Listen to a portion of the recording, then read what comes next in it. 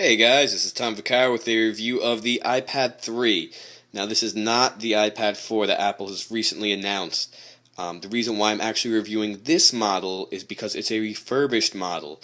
And the reason why I think it's relevant is because you could get a refurbished iPad 3 for $380.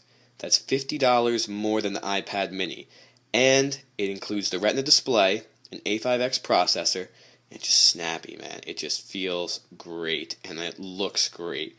Obviously, this is different than the iPad mini. It is in the 10-inch tablet market, but it still has the same aspect ratio.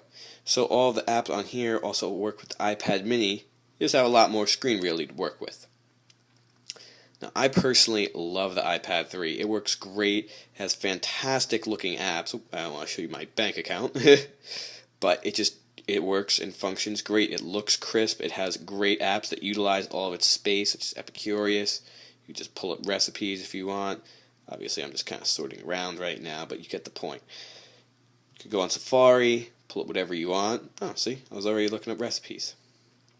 And it's just a great, fast, snappy tablet. You could pull up photos if you want, and they all look great on the Retina display. Now, also, this has iOS 6 on it now, so now you have Siri. Hello, Siri.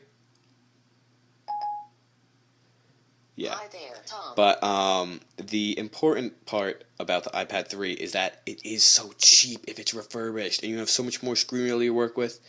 And I would want to say power, but really the iPad mini did not chug. Still, the iPad 3 works fantastic. It's not sluggish at all. I think the A5X processor works great. You could easily pull up this, scroll through. Very snappy, very responsive. Obviously, has the best app store on any mobile operating system. If you're in the market for a tablet, the iPad 3 has not shown its age at all. The display looks crisp. You can't really see through a camera. You really have to see it in an Apple store. The display looks crisp. It has a lot of nice reality, and it's still very thin. It is definitely a little heftier than the iPad mini, which is to be expected because it's a 10-inch tablet, but it's not heavy at all. It has a 5-megapixel camera on the back and a VGA camera on the front. They did also update that on the new iPad, but to be honest, who really uses the front-facing camera or the cameras at all on these tablets? Books look great. Obviously, you have the Apple bookstore, and you also have Kindle if you're interested, and there's iBooks right there. Everything just works and feels great on this. Obviously, this has iOS 6. You have reminders, you have Siri, you have the new maps, and you have the notification settings, which I just missed right there. I still think it's a fantastic tablet, and at $380 for a refurbished version, it's almost a steal. The iPad is still the ruling tablet on the market, and there's good reason for it. The display looks fantastic. Text really just pops out and looks crisp. You can't even tell there are pixels there. And the app ecosystem is just wonderful. This tablet is crisp, looks great, and is snappy, even though it's a generation behind. Usually, Apple always makes you want the new one so much more.